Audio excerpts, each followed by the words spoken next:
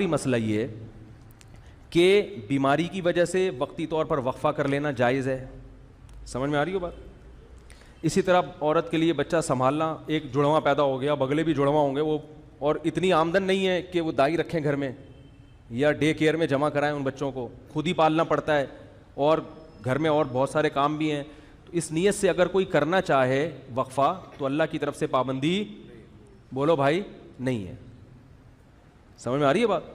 تو پابندی نہیں ہے. کوئی ایسا وقتی عارضی طریقہ اختیار کر کے وقفہ کیا جا سکتا ہے، اگرچہ پسندیدہ نہیں ہے شریعت کی نظر میں. اسلام میں ترغیب یہی ہے کہ نہیں کرو وقفہ، لیکن اگر کوئی کرتا ہے تو جائز ہے.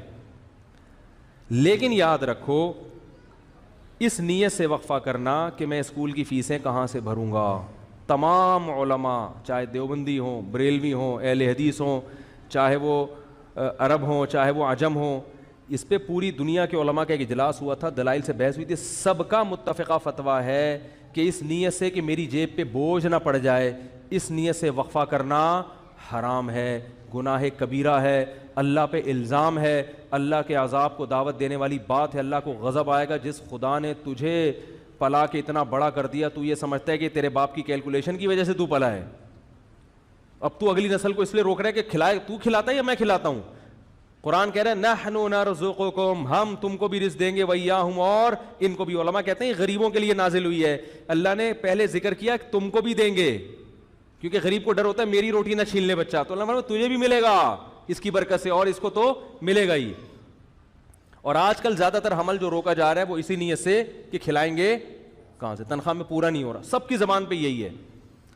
اسلام میں کیا ہے؟ فیملی پلاننگ والے کہتے ہیں پہلے انتظام کرو پیسوں کا، پھر بچے پیدا کرو. اسلام کہتا ہے نا نا نا نا نا نا نا نا نا. غربت دور کرنے کا ذریعہ کیا ہے؟ نکاح اور اولاد کی کثرت، جو میں انشاءاللہ اگلے بیان میں احادیث پیش کروں گا اس پر. تو یہ دوسرا طریقہ جائز ہو گیا کہ سنبھالے نہیں جا رہے تو ٹھیک ہے، وقتی طور پہ روکا جا سکتا ہے. اور اس نیت سے حمل روکنا کہ لوگ کیا کہیں گے اتنے بچے، اس نیت سے بھی حمل روکنا کیا ہے؟ حرام ہے. اسی طرح علماء کا اجماع ہے کہ اس نیت سے حمل روکنا کہ بیٹی نہ پیدا ہو جائے. مثلا کسی کی 6 بیٹیاں ہو گئیں، اب وہ کہہ رہا ہے یار اگر ایک اور بیٹی ہو گئی میں تو جیتے جی مر جاؤں گا، اس لیے حمل روک رہا ہے.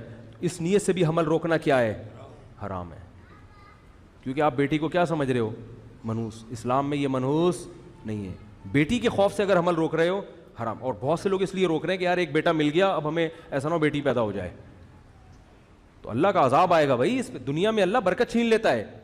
اور ایک آخری بات یہ کہ کسی بھی وجہ سے حمل روکا جا رہا ہو، آپریشن کر کے عورت کی بچہ دانی نکال دینا یا مرد کے لیے نس بندی کر لینا، تمام علماء کے نزدیک حرام ہے. یہ آخری مسئلہ بیان کر کے بیان ختم کرتا ہوں میں.